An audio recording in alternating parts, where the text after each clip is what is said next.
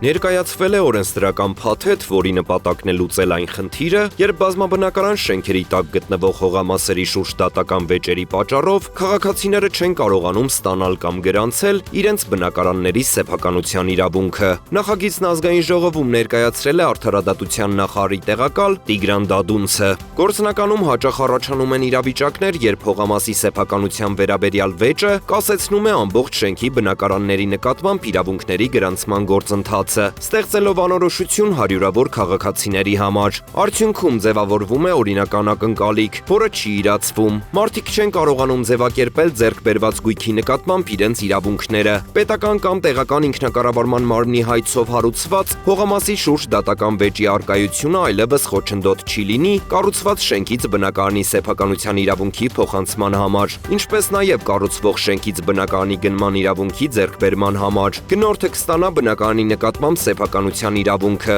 կառավարությունը կկարողանա սահմանել շենքով զբաղեցված հողամասի սխեման, որի շրջանակում անկախ դատական վեճի արդյունքից երաշխավորվում է գնորդների սեփականության իրավունքը եւ բնակարանի եւ հողամասի նկատմամբ։ Հայաստանը վերջին 3 տարում արտահանել է մոտ 88 միլիոն 131 հազար 400 լիտր ջուր։ Այս մասին հայտնել են Հայաստանի Հանրապետության էկոնոմիկայի նախարարությունից։ Ի պատասխան գրավոր հարցման գերատեսչությունից հստակեցրել են, որ երկիրն արտահանում է բնական կամ արհեստական հանքային, գազավորված չքաղցրացված խմելու ջրեր, որոնք դասվում են ԱՏԳ ԱԱ 2201 ծածկագրին։ Ներկայացված տվյալների համաձայն վերջին 3 տարում արտասահման մատակարարումների ծավալը շարունակում է աճել։ 2025 թվականին խմելու ջուր է արտահանվել 29 երկիր, որոնց թվում են Ռուսաստանը, ԱՄՆ-ն, Ղազախստանը, Ղրղստանը, Բելարուսը, Իրանը, Լատվիան, Լիբանանը, Կանադան, Մոլդովան, Սաուդյան Արաբիան, Վրաստանը, Քուվեյթը, Ֆրանսիան, Չեխիան, Ուկրաինան, Հարավային Աֆրիկան, Ավստրալիան, Կորեան եւ այլն։ Ըստ էկոնոմիկայի նախարարության պետական աջակցությունն ու արտադրանքը արտերկրում առաջ մղելու ակտիվ քաղաքականությունը թույլ են տալիս աստիճանաբար ընդլայնել արտահանման աշխարհագրությունը եւ ավելացնել խմելու ջրի մատակարարման ծավալները։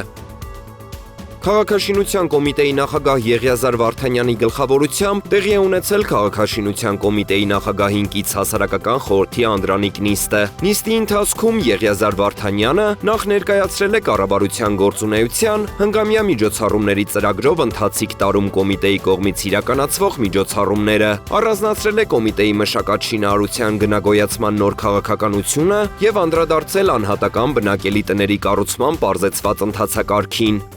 Է կատարվել քաղաքաշինության ոլորտի թվայնացման մեկնարկած եւ նախատեսվող լայնածավալ ծրագրերին։ Այնուհետև նախանշվել են ոլորտային առաջնահերթություններն առաջիկա նիստերում համատեղ քննարկելու, խորհրդի աշխատանքներն արդյունավետ կազմակերպելու սկզբունքները։